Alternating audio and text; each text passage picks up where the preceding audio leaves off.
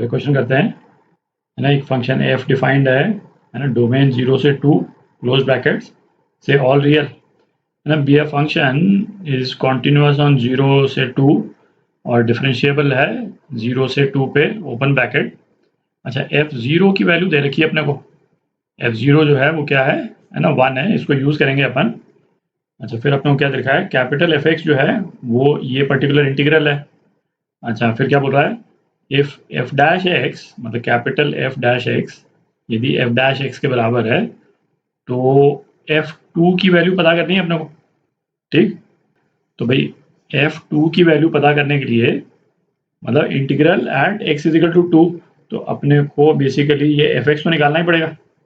ठीक है ना, तभी इंटीग्रेट कर पाएंगे। तो सबसे पहले तो एफ एक्स निकालते हैं अपन, और उसको निकालने के लिए है ना अपने को ये इन्फॉर्मेशन दे रखी है, इसको यूज करके अपन एफ एक्स निकालेंगे।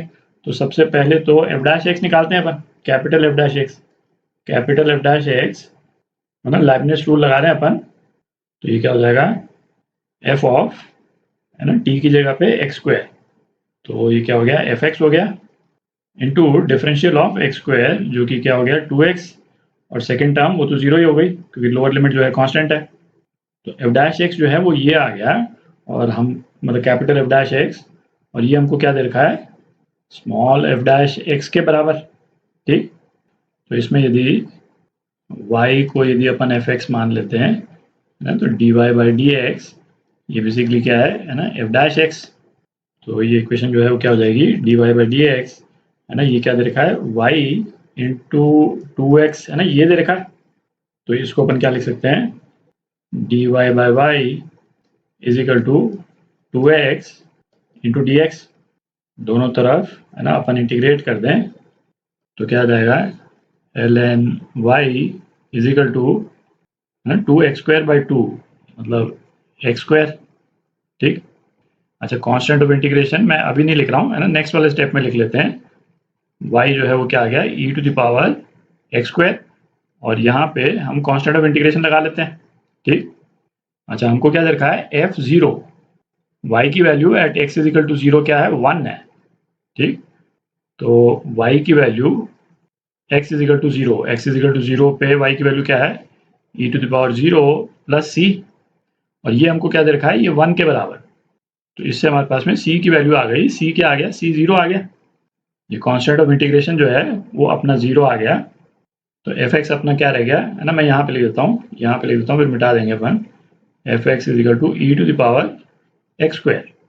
तो ये बाकी हम मिटा देते हैं। तो एफ एक्स जो है वो E to the power x square आ गया। अपने को क्या चाहिए, F of under root T. अच्छा, अब अपने को क्या निकालना है, एफ टू निकालना है। तो अब एफ टू निकाल सकते हैं अपन। एफ टू जो है वो क्या हो जाएगा, 0 टू है ना, एक्स की वैल्यू क्या है 2, तो 0 to 4, और ये वाला फंक्शन क्या है, f of under root t. तो एफ एक्स ये है, मतलब इसको टी के टर्म्स में लिखना चाहें तो ये आ जाएगा E to the power T square आ जाएगा, है ना। तो एफ अंडर रूट टी ये क्या हो जाएगा, E to the power T हो जाएगा। तो इंटीग्रल क्या हो गया, E to the power T D T.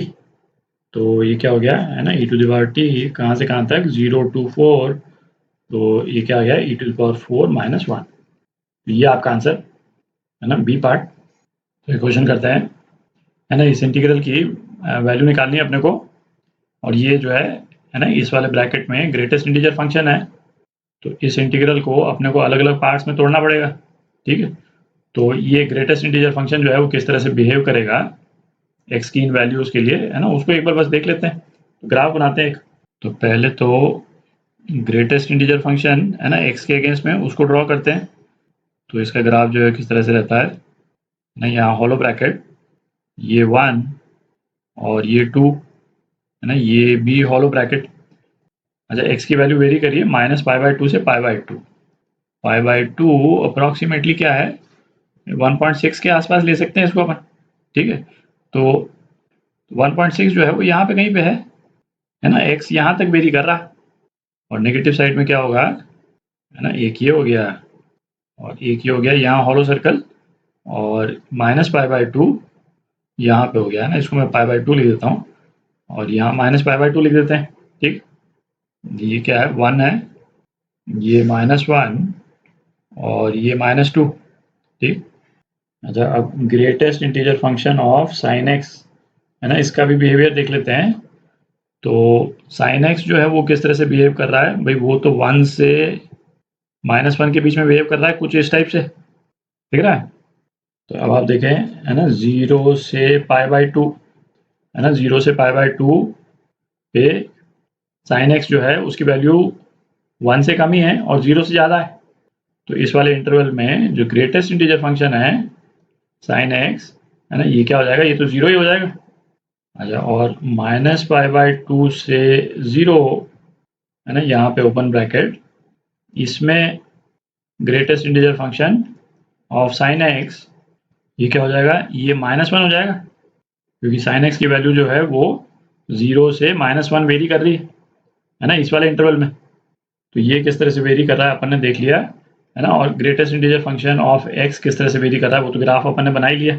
ठीक है, तो अब इसको अपन तोड़ देते हैं अलग अलग डेफिनेट इंटीग्रल्स में। तो है ना, पहला -π/2 से -1 dx upon greatest integer function of x है ना, ये क्या हो जाएगा, इसकी वैल्यू क्या है यहाँ पे -2 है, और साइन एक्स है ना, इसकी वैल्यू क्या है -1 और +4। तो ये इंटीग्रल क्या हो गया, -π/2 से -1 dx, तो ये क्या हो गया π/2 -1 है ना, ये हो गया। दूसरा इंटरवल कौन सा है, -1 to 0 dx, इसमें greatest integer function of x है ना, ये कितना है, ये -1 है, साइन एक्स का -1 और +4, तो ये क्या हो गया 1/2 -1 to 0 dx, तो है ना हाफ ये हो गया। तीसरा इंटरवल है ना, तीसरा इंटरवल क्या है, 0 से 1, 0 से 1, तो dx upon greatest integer function भी 0 है यहाँ पे, और साइन एक्स का ग्रेटेस्ट इंटीजर फंक्शन वो भी 0 है, तो केवल 4 रह गया यहाँ पे। ठीक है, तो ये क्या आ गया 1/4, और चौथा चौथा क्या हो गया 1 से π/2 है ना, dx upon greatest integer function of x, ये कितना है 1 है, साइन एक्स का ग्रेटेस्ट इंटीजर फंक्शन है ना, ये 0 है, 0 +4, तो ये क्या आ गया 1/5 है ना, π/2 -1। तो चार अलग अलग पार्ट्स में है ना, चार अलग अलग रिजल्ट आ गए अपने पास में, एक ये आ गया, एक ये आ गया, एक ये और एक ये। तो अब इन चारों को आप ऐड कर दें है ना, चारों को आप ऐड कर दीजिएगा तो ये आ जाएगा है ना, ये 3/20 4π -3 है ना, थोड़ा सा रीअरेंज करके कॉमन ले लीजिएगा, तो ये रिजल्ट आ जाता है ना, डी पार्ट, ये आपका आंसर।